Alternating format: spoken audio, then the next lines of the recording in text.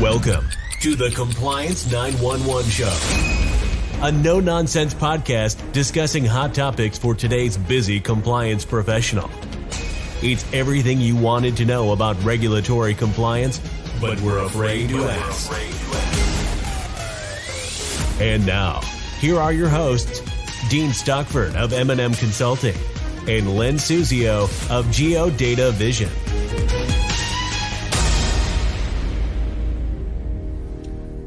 Good morning and welcome to our podcast, everything you wanted to know about compliance, but were afraid to ask. So, Len, what interesting topic do you have for us today? Well, Dean, I've spent a lot of time in many podcasts discussing the Community Reinvestment Act.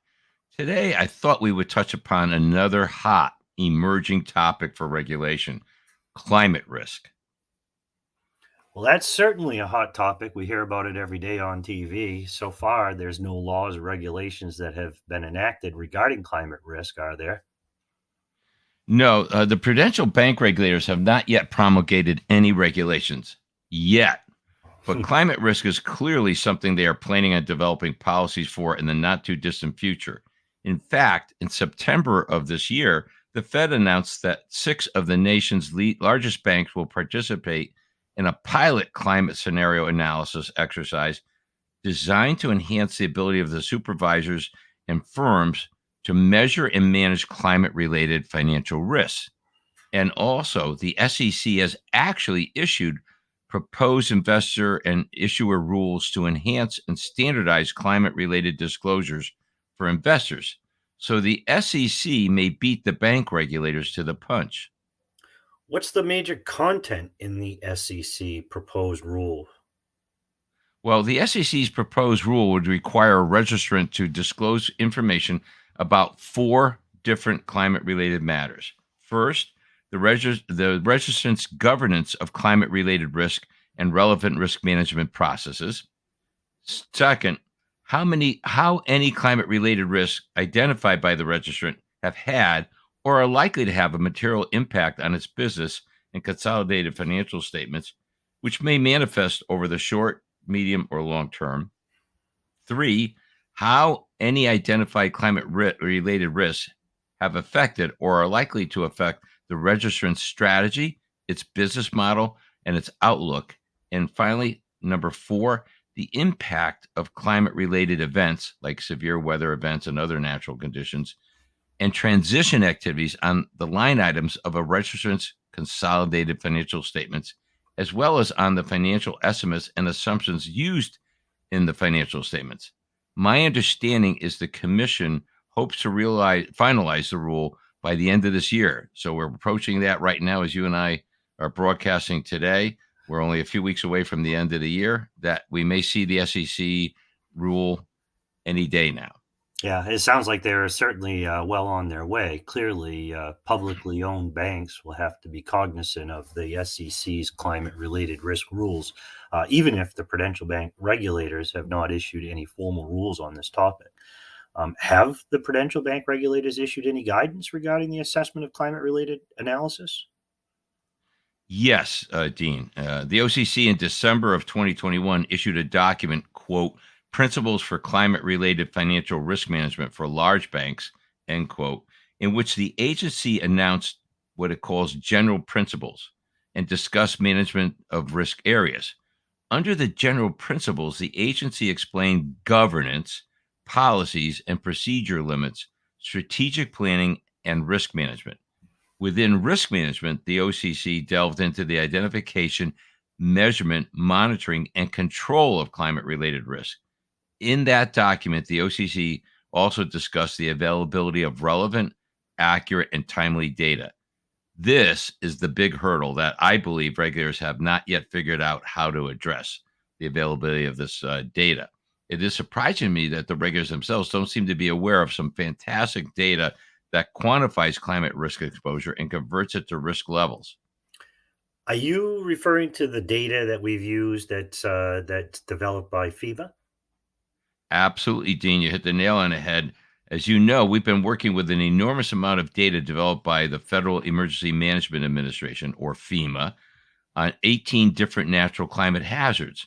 The data cover natural phenomena such as hurricanes and tsunamis, as well as droughts and ice storms.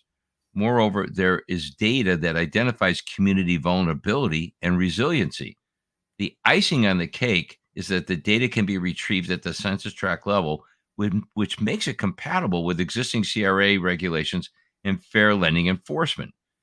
Using that data, we've developed a model that can help a bank or any organization identify the real present physical and credit risk presented by climate related phenomena. As you know, my company, GeoDataVision, and your company, M&amp Consulting, have already applied the data and our model to several banks here in New England, and the response from bankers was very, very positive. This is the only model that quantifies and risk rates climate related exposure based on transparent data. For the first time, Dean, climate risk can be quantified and risk rated, circumventing one of the biggest problems identified by the regulators: the lack of credible and quantitative databases that can be used to objectively measure climate related risk. This is a big, big plus. Yeah, I agree. And of course, obviously, I have seen the data in action and used it. And of course, we have taken it to another whole level too, Len, which is once we have all of that incredible quantifying detail, then we can apply it in a risk assessment under the standard principles. So maybe you can explain to the audience a little bit more about the model itself. As you know, I talk a lot about the risk assessments, but the model itself, and I'll just say how beautiful it is. Well, actually, when you look at the color maps Yeah. and charts that we do, it can be made beautiful, but it's definitely informative and really interesting and really relevant. So, in this model that we've developed using the FEMA data, the very first thing that a bank's got to do is to geocode all the records that are going to be analyzed, because this is all related to location, of course. This allows for the correlation of the bank's records with a geographic unit that is retained in the FEMA data. Once that's done, it's simply a matter of correlating the bank's records with the risks associated with each geographic unit. The exciting thing about this is that, and then the analysis of the resulting data and risk characteristics can be done on the most granular level, down to each individual record, and the risk ratings can be compiled at the macro level, so that a bank also can assess their overall risk exposure stratified for a loan portfolio, for example. A bank is able to determine what percentage of its loans are exposed to which climate hazard, and the level of risk spread from no risk to very high risk across the entire portfolio. There's another exciting aspect of this breakthrough. We can create maps depicting the location of natural hazards and the level of risk associated in that particular geographic area. Maps are a great tool for recognizing the location of risk and where the most serious risks are present. Maps actually help people understand and perceive the geographic dispersion of climate related risk exposure. Yeah, I'm glad you mentioned maps because I have worked with you and collaborated on many projects from fair lending to CRA as well as climate risk. And I'll tell you, there's nothing, in my opinion, better than a visual when you're talking to a board or senior management on, here's what the map shows, and you can overlay them and get all kinds of different. But the visual of that, to me, is just phenomenal. We've used the model for one of our client banks, or a couple of them, I should say. Their reaction was extremely positive relative to the data that you were able to produce, and of course the risk assessment that we put together. I understand you're collaborating with a software company to make the model available for banks and credit unions that may be interested in evaluating climate risk for their own institutions. Yes, that's really another exciting development that's underway right now and should be available at the beginning of next year, within the next month or two, to banks that might be interested. We've been working with a long established software vendor located here in the Northeast to develop software for banks for climate related risk assessments. And we are planning on introducing the beta version at the beginning of 2023 with a formal introduction at Bank World in January. So we're really excited about this. It's a breakthrough model, Dean, and it's a way ahead of the curve, and it's a way for bankers to lead the regulators instead of vice versa.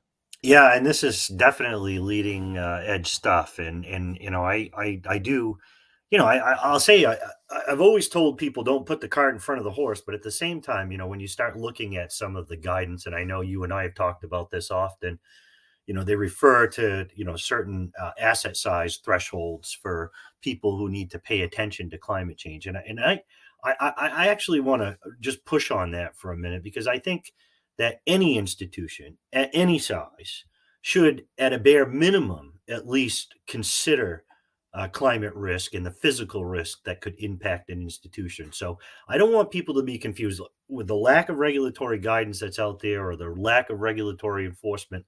This is an issue. This is a very big issue. You are, and we are, on the cutting edge of, or on the leading edge, I should say, of some pretty good stuff, and it ought to attract a lot of interest, not only from bankers but from bank regulators as well. If anyone is listening to this podcast and wants to find out more, and how to get additional information relative to the software data that we're talking about now, or a risk assessment, by all means, you can reach out to Len Suzio by phone. Or by email, or myself, for that matter, by phone or email. So really, really great stuff, Len. And I appreciate you bringing this to the forefront today for our audience. Well, thank you, Dean.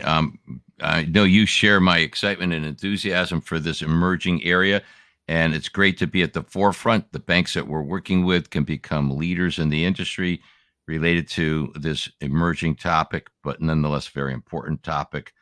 Climate-related risk, and I'm very happy that we had a chance to discuss it today, Dean.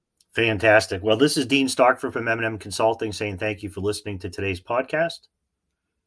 And this is Len Suzio with GeoDataVision saying send us your comments, your questions, and suggested topics for future podcasts. We hope you find them informative and interesting. Have a great day. Thanks for listening to the Compliance 911 Show. If you like the podcast, be sure to subscribe so you don't miss an episode. While you're at it, please give us a like and review to help others find the show. As always, links are in the show notes, and you can always find us online at compliance911show.com. Follow M&amp Consulting and GeoDataVision on LinkedIn for all the latest news and information on compliance hot topics.